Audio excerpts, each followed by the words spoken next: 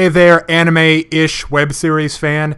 Today I'm reviewing the first season of Rwby. Rwby. Hang on, I got this. Private, just say RWBY. It can also be said Rwby, to be fair. Yeah, that thing. The story follows 4 monster-slaying huntresses. Ruby Rose, Weiss Schnee, Bless you. Blake Belladonna, and Yang Zhilong. The 4 attend Beacon Academy, where they train to fight the Creatures of Grimm, soulless giant monstrosities hell-bent on wiping the kingdoms of man off the map. But that's not all. Team Rwby will also be drawn into a sinister conspiracy involving a cabal of animal people called Faunus and Alex from A Clockwork Orange. Now that's a lot to handle, but it's a good thing the girls have spice. I mean atom. I mean vigors. I mean dust. A magical compound that fuels their elaborate weapons and magical superpowers. Monster Hunter Hogwarts is overseen by a smooth operator named Professor Ozpin and his gal Friday Glenda Goodwitch. Well, with names like that, we're certainly not in Kansas anymore. Wouldn't you agree, Tin Man? Yeah, whatever. But Team Rwby isn't alone. They're joined in their studies by Team Juniper, made up of supporting cast members Jean Arc, Nora Valkyrie, Pura Nikos, and Lai Ren, and finally Team Slytherin. I mean Team Cobra Kai. I mean Team Cardinal, made up of a bunch of holes. Okay, Rwby is an interesting specimen, I'll give it that. And for what it is, a series of short webisodes produced by Rooster Teeth, the guys who made a name for themselves putting funny dialogue over Halo matches, it's very impressive. I've seen movies that don't look this good. Okay, let's start by looking at our main cast. Ruby Rose is an adorable, hyper-emotive anime girl, immediately endearing and likable. During the show's frequent action sequences, Little Red Riding Hood rocks a robo-scythe that transforms into a sniper rifle. Weiss she's Mew Minty, okay? A spoiled rich girl who's just brave, smart, and resourceful enough to justify her bad attitude. If you don't like her, I completely understand, but her rough edges are never a deal breaker for me. I also really like her design and fighting style. The rapier is a very graceful and elegant weapon, and she complements it with elemental attacks and intricate magic sigils. Okay, so she sets stuff on fire, then hits it with a sword. Yeah, but in a very pretty way. Blake is more of an enigma. She's quiet and bookish, but also a supportive team player. She's also kind of hard to get a read on in combat. She's armed with hook guns on ropes, but she only really uses them in one fight against a giant bird. Caw, mother.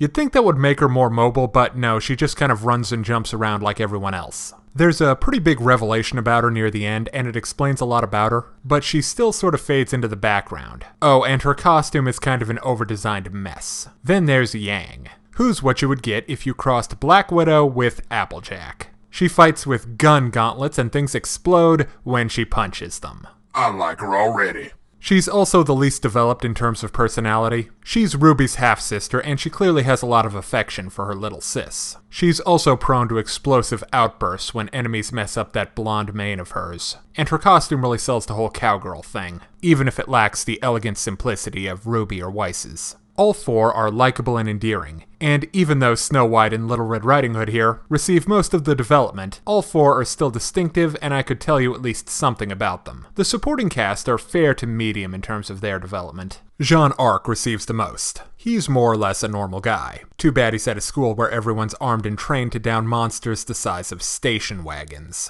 Dead man walking. But Joan of Dork here pulls a Sir Galahad by being pure of heart. That means he gets a nifty magical force field.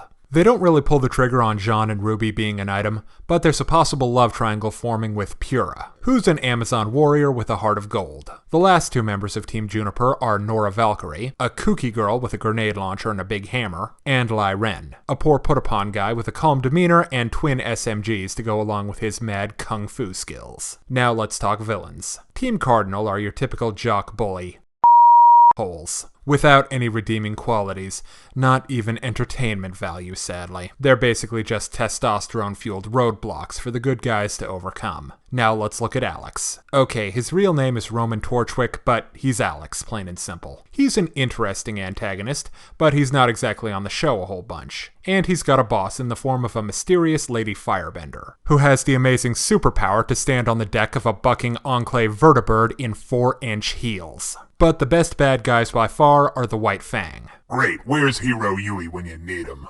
Not that White Fang. This White Fang is a group of terrorists fighting for the faunus animal people. But it's clear that their methods go too far in achieving their vision of justice. Finally, Oz the Great and Powerful and Glenda the Good Witch of the North both have strong screen presence, and do the job of story setup fairly well. Now let's look at the plot. RWBY is a mashup of high-octane action, school slice of life, and high-concept fantasy. The best analog I can give you is Harry Potter. The main characters live, learn, and do their schooling, while larger events happen around them. It's a good way to get the girls in on the world-shaping stuff and give them plenty of opportunity to kick monster.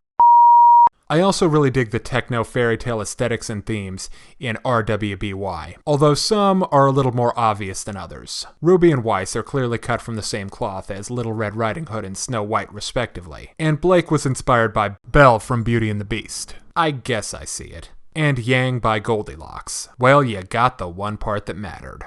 This reference is too obscure. This reference is too obvious.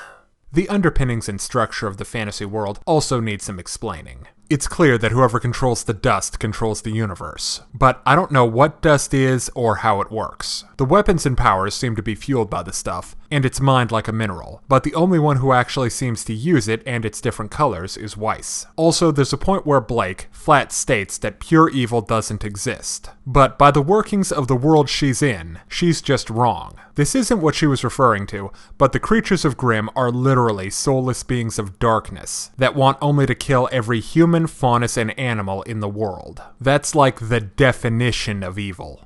Well, not quite, but close enough.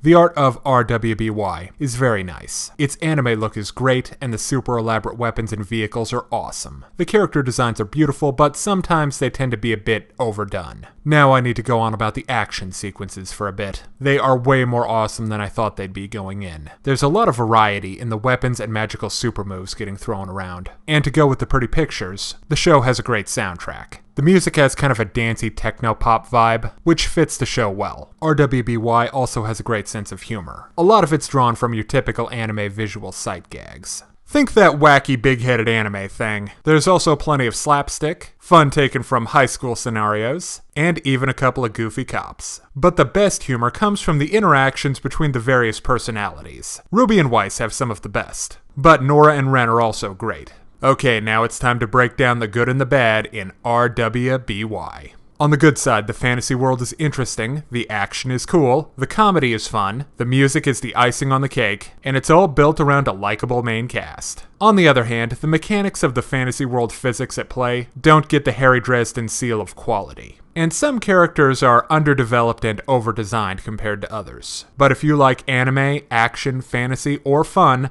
I think you'll like RWBY. So I give it a 4 out of 5. If you're interested in more reviews of anime, movies, TV shows, comic books, or video games, check out my channel on YouTube at StupidPrivate913, or find me on Facebook for video updates and more.